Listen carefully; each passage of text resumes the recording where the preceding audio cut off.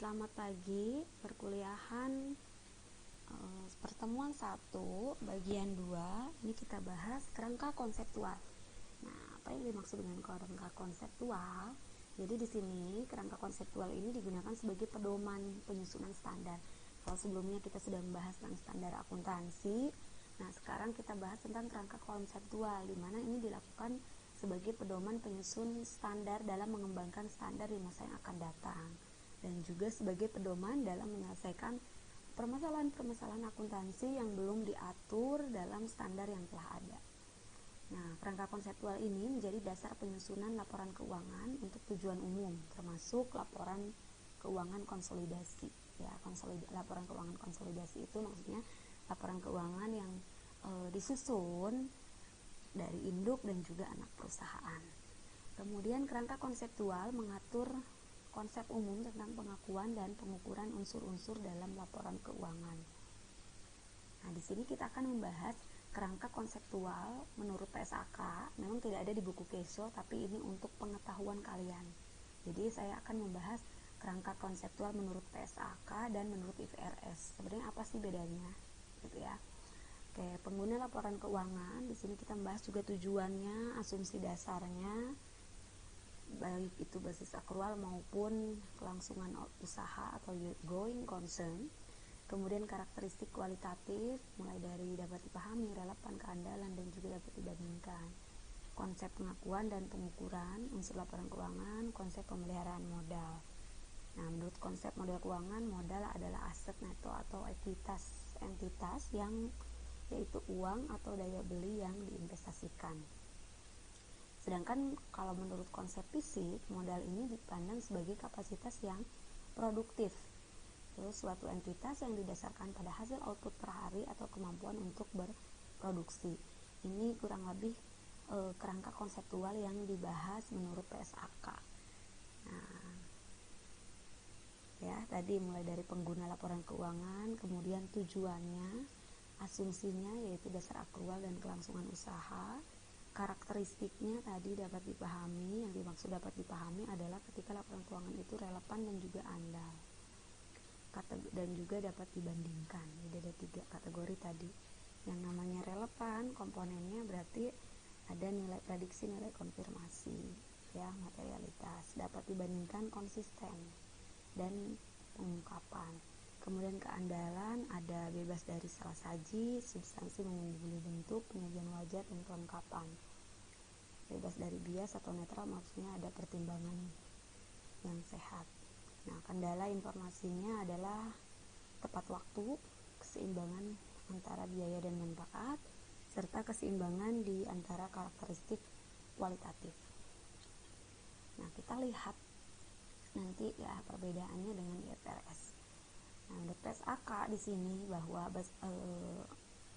harus disusun dengan basis akrual, di mana pengaruh transaksi dan peristiwa ini diakui pada saat terjadinya. Ya, pernah mendengar mungkin istilah akrual basis dan cash basis. Kalau cash basis diakui pada saat diterima ataupun dikeluarkan cashnya.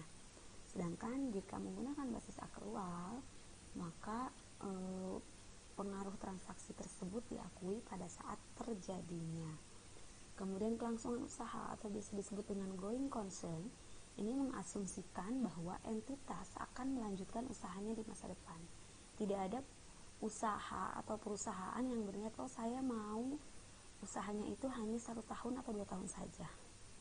Ya, pasti ketika seseorang berniat melakukan usaha, pasti mengharapkan kelangsungan hidup atau usahanya akan bertahan di masa yang akan datang. Nah, apa bedanya tadi ya?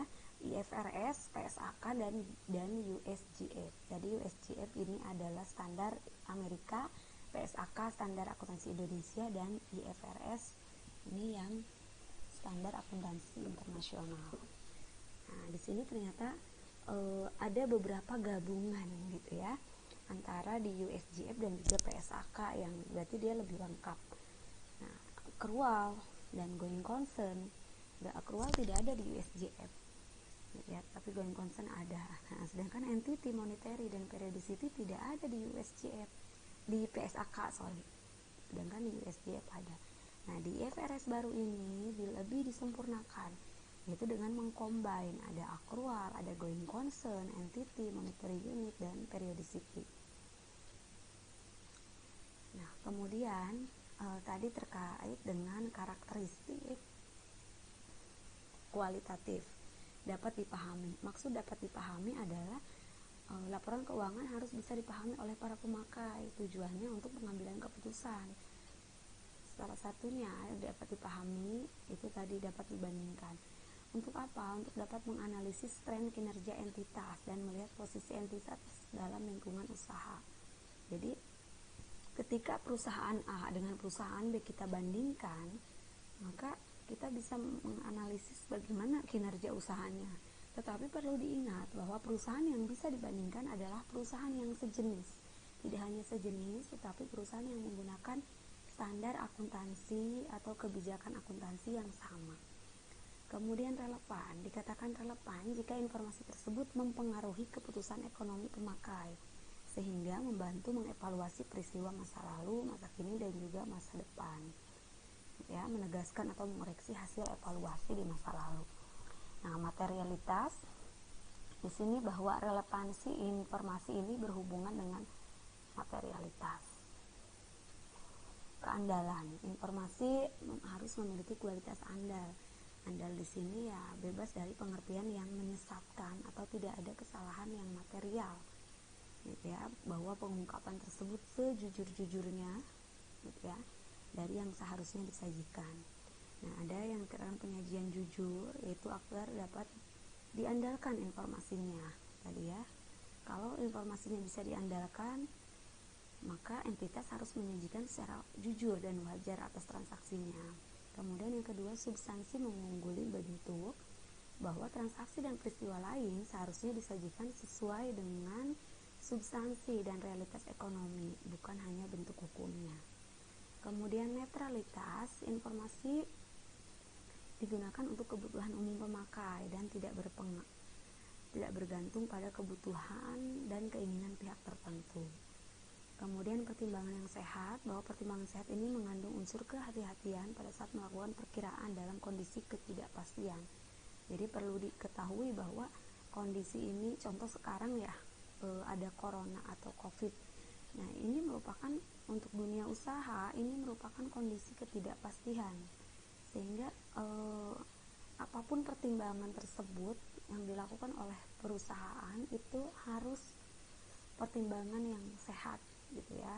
Bagaimana misalnya untuk bertahan hidup, jangan sampai ada beberapa pegawai yang di PHK, gitu ya. Itu kan tergantung jenis perusahaannya. Kita banyak sekali efek COVID ini, ada perusahaan yang memang harus ditutup, gitu ya, atau mengurangi karyawannya. Ada perusahaan yang kita tidak mengurangi karyawan, tetapi gaji karyawan kita dipotong. Nah, tentunya ini berdasarkan pertimbangan dari sisi perusahaan, apakah mereka mampu atau tidak, gitu ya, dalam membiayai beban yang memang cenderung lebih besar daripada pendapatan pada situasi sekarang ini. Kemudian kelengkapan, materialitas dan mempertimbangkan biaya penyusunan, kemudian penyajian wajar terkait dengan posisi laporan keuangannya. Kendalanya tadi disampaikan bahwa tepat waktu, gitu ya. Terkadang laporan keuangan ini harus disusun tepat waktu, gitu ya. Tetapi seringkali ada beberapa perusahaan karena satu dan lain hal belum bisa menyajikan laporan keuangan secara tepat waktu. Nah, ini merupakan salah satu kendala, karena namanya informasi yang relevan dan andal, artinya tadi dia salah satunya ya harus tepat waktu. Selain tepat waktu juga keseimbangan biaya dan juga manfaat, gitu ya, cost and benefit. Manfaat yang dihasilkan informasi harus melebihi biayanya. Kemudian keseimbangan di antara karakteristik kualitatif untuk mencapai suatu keseimbangan yang tepat di antara berbagai karakteristik untuk memenuhi tujuan laporan keuangan. Nah, apa sih perubahannya, gitu ya? Tadi itu kita baru membahas kerangka konseptual laporan keuangan menurut PSAK. Nah, di sini setelah dilakukan konvergensi IFRS, ya, kita merumuskan kerangka konseptual IFRS ini ada 3 level tadi ya, 3 level. Yang pertama tujuan dasar, level yang kedua karakteristik kualitatif dan unsur-unsur, dan level yang ketiga pengakuan, pengukuran, dan pengungkapan.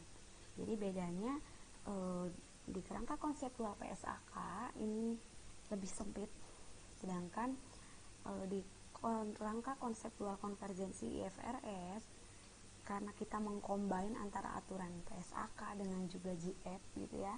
Jadi IFRS di sini sudah paket lengkap. Nah, sering juga disebut dengan segitiga terbalik gitu ya, seperti piramid. Nah, di sini tadi ada 3 level gitu ya. Level yang pertama tadi kita bahas adalah tujuan dasar. Apa sih tujuan dasar dari pelaporan keuangan ini gitu ya. Level yang kedua tentang karakteristik kualitatif dan juga elemen-elemen yang ada dalam laporan keuangan. Kemudian level yang ketiga tentang asumsi, prinsipal, dan juga constraint. Nah, kita bahas level yang pertama yaitu tujuan dasar. Nah, di mana tujuan dasar adalah menyediakan informasi yang berguna bagi mereka yang memiliki pemahaman aktivitas bisnis dan ekonomi. Untuk apa? Untuk keputusan investasi, untuk membantu investor, kreditor, dan pemakai lainnya dalam menilai jumlah, waktu, dan juga ketidakpastian kas di masa depan. Ini merupakan tujuan dasarnya. Ini dibahas dalam level yang pertama. Kemudian level yang kedua tadi karakteristik kualitatif, apa yang menjadi karakteristik dasarnya gitu ya, dan juga apa karakteristik yang bisa meningkatkan relevansi. Elemennya seperti kita ketahui gitu ya, elemen dalam laporan keuangan atau dulu biasa dikenal dengan 5 jari gitu ya. Ada aset, ada liabilitas, ada ekuitas, ada income, dan juga ada expense. Kemudian di level ketiga kita membahas tentang asumsi dasarnya, entitas ekonomi, kelangsungan hidup tadi ya, going concern, unit moneter, periodisitas, dan juga akrual. Prinsipnya tadi ada pengukuran biaya historis, pengakuan pendapatan, penandingan, pengungkapan penuh atau full disclosure. Nah, kemudian constraint-nya hubungan biaya dan manfaat, dan juga materialitas. Oke, kita bahas satu-satu ya. Tadi untuk tujuan pertama gitu ya, bahwa tujuan dasar gitu ya, level pertama tadi terkait menyediakan informasi tadi ya. Kemudian yang kedua karakteristik kualitatif. Nah, di sini karakteristik kualitatif ini adalah informasi yang bisa membedakan atau mengkhususkan informasi secara lebih baik daripada informasi yang kurang bermutu. Tujuannya adalah untuk pembuatan keputusan. Nah, di sini ada beberapa tujuannya adalah decision usefulness, bahwa si laporan keuangan ini ya diharapkan bisa memberikan keputusan gitu ya, pengambilan keputusan. Nah, karakteristik tadi ada fundamental gitu ya, dan juga ada enhancing quality ya. Fundamental berarti karakteristik dasar, kualitas dasar, dan ini yang bisa meningkatkan relevansi tadi. Fundamental ini dibagi dua, yaitu relevan dan faithful representation ya. Kemudian informasi dikatakan relevan ketika ada nilai prediktif dan juga konfirmatori. Sedangkan faithful representation itu ketika laporan keuangan itu komplit, netral, dan juga free from error atau bebas dari kesalahan. Nah, kemudian apa saja kualitasnya, kan ada dua ya. Kualitas enhancing quality-nya ini comparability, bisa dibandingkan, verifiability, bisa diverifikasi, timelines itu adalah tepat waktu, dan juga understandability yaitu dapat dimengerti. Kita bahas satu-satu ya. Yang dikatakan relevan gitu. Informasi dikatakan relevan jika satu dari dua kualitas dasar pokok yang membuat informasi laporan keuangan lebih berguna untuk pengambilan keputusan. Ada yang informasi dikatakan relevan itu ada yang namanya predictive value atau confirmatory value.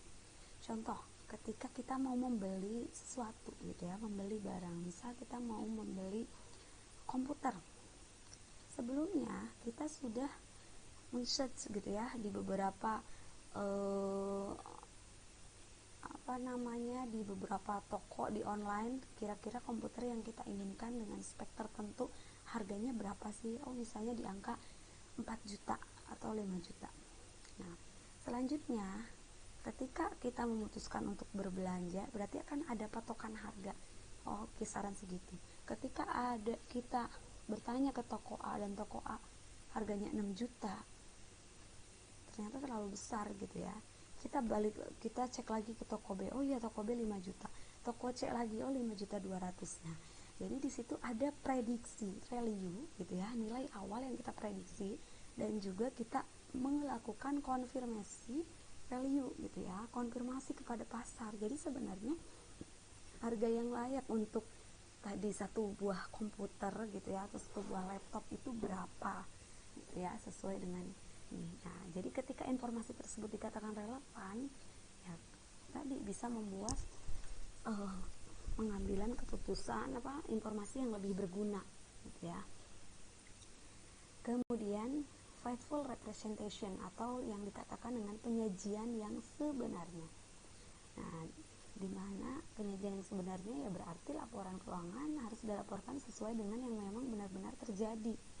Di mana laporan keuangan itu harus lengkap, harus netral. Artinya tadi pengguna laporan keuangan itu kan banyak. Ada yang namanya kreditur, ada pemerintah, ada investor.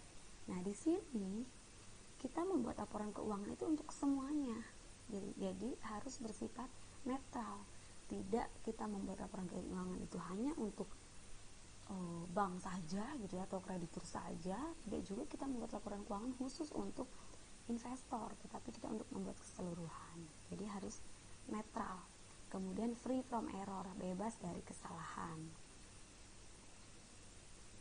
Nah, selanjutnya karakteristik kualitatif yang kedua yaitu bagaimana ketika enhancing qualities ini dapat meningkatkan relevansi dari laporan keuangan. Nah, unsur-unsurnya relevansi di sini adalah comparability gitu ya. Jadi unsur-unsur yang bisa meningkatkan relevansi dan faithful ini adalah comparability, atau tadi kata saya dapat dibandingkan, bahwa laporan keuangan kita tidak bisa bercermin melihat diri kita sendiri gitu ya.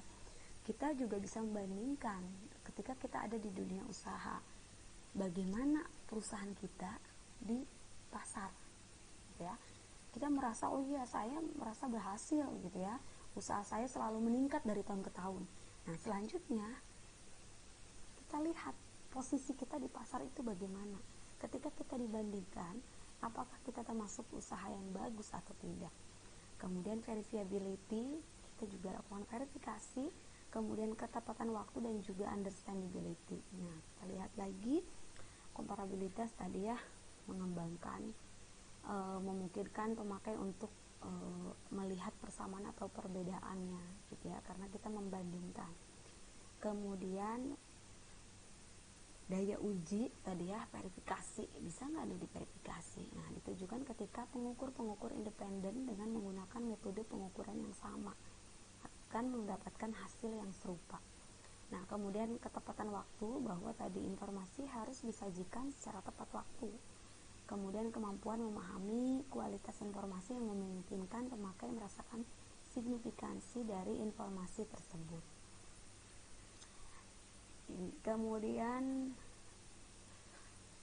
selanjutnya itu elemen, kita berbicara terkait dengan elemen laporan keuangan, mulai dari aset, liability, equity, income, dan expense ya. Aset ini sumber yang dimiliki oleh entitas sebagai hasil dari kejadian di masa lalu yang diharapkan memberikan atau mengalirkan manfaat ekonomis di masa depan. Kemudian liabilitas, kalau tadi aset dikatakan sumber karena nanti aset itu kan yang akan bertambah gitu ya, yang akan menambah ke dalam manfaat ekonomi. Sedangkan liabilitas adalah kewajiban saat ini, kewajiban yang harus kita bayar saat ini karena munculnya dari kejadian masa lalu gitu ya. yang penyelesaiannya berupa arus kas keluar. Kalau tadi kan aset arus kas masuk. Kemudian equity, nilai sisa dari aset entitas setelah dikurangi dengan semua liabilitas. Ya. Makanya kalau dalam persamaan akuntansi, ekuitas adalah aset dikurangi dengan liabilitas. Kemudian income atau pendapatan, ini kenaikan manfaat ekonomi selama periode akuntansi dalam bentuk arus masuk atau kenaikan aset atau pengurangan liabilitas yang menghasilkan kenaikan ekuitas selain kontribusi dari pemilik. Kemudian expense atau beban adalah penurunan manfaat ekonomi selama periode akuntansi dalam bentuk arus keluar atau penurunan aset atau kenaikan liabilitas yang menghasilkan penurunan ekuitas selain distribusi ke pemilik. Nah, bagaimana tantangan akuntansi di masa mendatang? Ya, bahwa penggunaan nilai wajar sebagai satu ketentuan tunggal maupun sebagai salah satu alternatif pilihan dalam pengukuran ini menyebabkan angka dalam laporan keuangan menggunakan data-data nilai wajar yang memang tersedia pada tanggal pelaporan. Nah, selanjutnya di level yang ketiga gitu ya, pengungkapan tadi ya, recognition, measurement, pengukuran, dan juga pengungkapan. Konsep ini menjelaskan bagaimana perusahaan seharusnya mengakui gitu ya, recognition, pengakuan, mengukur dan juga melaporkan elemen dan kejadian keuangan. Nah, di sini basic dasarnya yang dinamakan economic entity, bahwa perusahaan ini memisahkan aktivitas pribadi dengan bisnisnya. Ya, bahwa ketika kita mempunyai bisnis, maka kita mempunyai entitas ekonomi, sehingga kita harus memisahkan mana aktivitas pribadi dan juga mana aktivitas bisnis. Kemudian going concern tadi sudah dibahas ya pada saat kerangka konseptual menurut TSAK, bahwa perusahaan memang memiliki umur hidup yang panjang gitu ya, berharap akan hidup di masa mendatang sampai dengan masa mendatang. Kemudian monetary unit, ini adalah uang sebagai nilai ukur gitu ya, atau denominator pelaporan. Kemudian periodicity, perusahaan dapat membagi aktivitas ekonomi dalam beberapa periode waktu. Ya, biasanya untuk aktivitas ekonomi, kalau kita mulai usahanya itu dari 1 Januari, ya berarti periode waktunya 1 Januari sampai 31 Desember.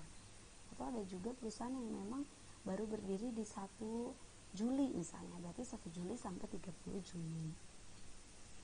Accrual basis of accounting, bahwa transaksi tadi dicatat dengan basis periode di mana transaksi tersebut terjadi, bukan pada saat dihasilkan.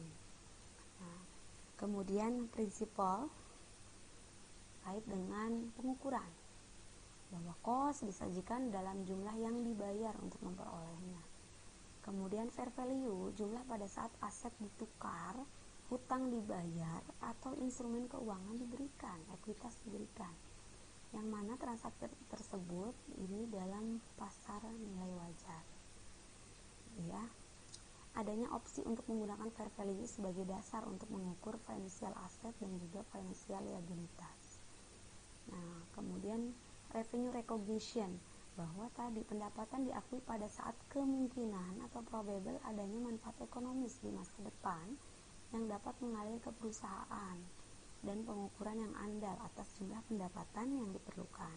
Kita lihat ini mulai dari produksi sampai dengan selesai produksi, kemudian setelah itu time of sale ya, sampai dengan kas diterima. Ya, ini ada tahapan-tahapannya dari sebuah pendapatan. Kemudian expense recognition, arus keluar atau penggunaan, using up atas aset atau kewajiban selama periode yang bisa menghasilkan pengiriman produksi barang atau penyerahan jasa. Nah, di sini ada yang namanya type of cost gitu ya. Ada product cost. Product cost itu berupa material, labor ataupun overhead, dan juga ada period cost. Kalau period cost itu contohnya salaries dan juga administration cost. Nah, relationship-nya hubungannya bagaimana? Untuk product cost ini berhubungan langsung gitu ya, direct relationship between cost and revenue. Kemudian untuk period cost ini tidak berhubungan langsung. Pengakuannya bagaimana? Pengakuannya recognize gitu ya, diakui pada periode revenue-nya gitu ya. Kemudian di sini diaturnya sebagai beban. Full disclosure yaitu memberikan informasi yang penting yang dapat mempengaruhi penilaian dan juga keputusan pihak pengguna informasi. Itu terkait financial statement, not to the financial statement, dan juga supplementary information. Nah, sekarang kita bisa lihat contohnya ya. Nah, basic principle accounting di sini. Misalnya Parmalat melaporkan pendapatan dalam laporan keuangan ketika dihasilkan, bukan pada saat kas diterima. Nah, berarti ini jawabannya apa? Terkait basic. Akrual, bukan gitu ya. Tapi di sini karena kita bahasnya adalah poinnya pendapatan, berarti basic principle tadi salah satunya adalah revenue recognition. Kemudian di sini yang kedua, mencatat beban penyusutan. Nah, berarti di sini adalah expense recognition. Nah, selanjutnya melaporkan informasi tentang penundaan tuntutan hukum dalam catatan atas laporan keuangan. Nah, ini kan berarti berupa informasi. Namanya penundaan informasi, tapi di IFRS gitu ya, diharapkan adanya yang namanya full disclosure atau pengungkapan secara penuh. Selanjutnya, Fuji Film melaporkan tanah dan neraca dalam jumlah yang dibayar untuk memperolehnya meskipun nilai pasarnya lebih besar. Ini namanya pengukuran. Masih tentang level ketiga, yaitu terkait dengan constraint, yaitu cost dan juga materiality. Cost itu adalah biaya, dimana biaya perolehan informasi harus berimbang dengan manfaat gitu ya. Mungkin pernah mendengar istilah cost and benefit gitu ya.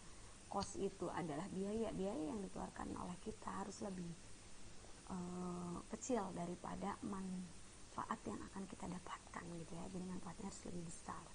Materiality, bahwa suatu item jika tidak dimasukkan atau dihilangkan akan mempengaruhi atau merubah penilaian pengguna laporan keuangan. Jadi sesuatu itu dikatakan material jika bisa mempengaruhi penilaian pengguna laporan keuangan. Kita coba lihat ya di sini contohnya. Willis Company tidak mengungkapkan informasi dalam catatan atas laporan keuangan jika nilai informasi tidak lebih besar dari biaya perolehan. Berarti ini berkaitan dengan cost. Nah, sedangkan pernyataan yang kedua, Beckham Corporation membebankan biaya tempat sampah pada tahun diperolehnya. Ini terkait dengan materiality ya, karena memang ini berpengaruhnya pada tahun bersangkutan kan, pada saat pembelian tempat sampah tadi.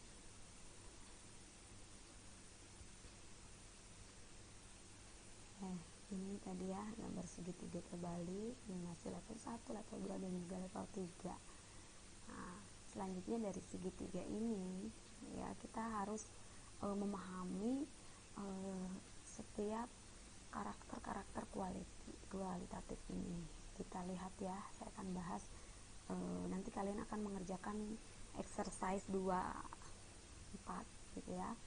Sebelumnya kita coba bahas dulu di sini ya, karakteristik kualitatif yang diterapkan dalam perusahaan industri yang sama dengan menggunakan prinsip akuntansi yang sama. Nah, ini harusnya comparability gitu ya. Ini kurang kepanjang ya. Kemudian yang kedua, kualitas informasi yang dapat mengkonfirmasi harapan penggunanya. Nah, berarti namanya confirmatory value. Kemudian penting untuk memberikan perbandingan antara laporan keuangan dari periode ke periode. Ya. Berarti understandability. Supaya apa? Supaya dapat dimengerti. Mengabaikan konsekuensi ekonomis atas standar dan aturan. Nah, netral gitu ya, not netral di sini. Jadi informasi di sini harus netral. Kemudian memerlukan konsensus yang tinggi. Ini lebih kepada understandability. Kenapa dikatakan understandability? Ya, setiap individu dalam menentukan atau mengukur, yaitu tadi berkaitan dengan bahwa laporan keuangan itu harus bisa dimengerti. Kemudian nilai prediktif, bagian dari kualitas pokok informasi. Nilai prediktif itu bagian dari apa? Bagian dari relevans. Tadi relevan ada nilai prediktif dan juga nilai konfirmatorik. Kemudian 4 kualitas karakteristik yang dapat meningkatkan relevansi dan penyajian yang sejujurnya. Masih ingat? Ada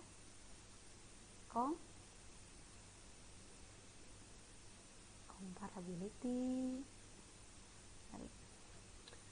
ada understandability, verifiability, dan juga timelines. Oke, nanti dikerjakan selanjutnya untuk yang exercise 2.4 ya.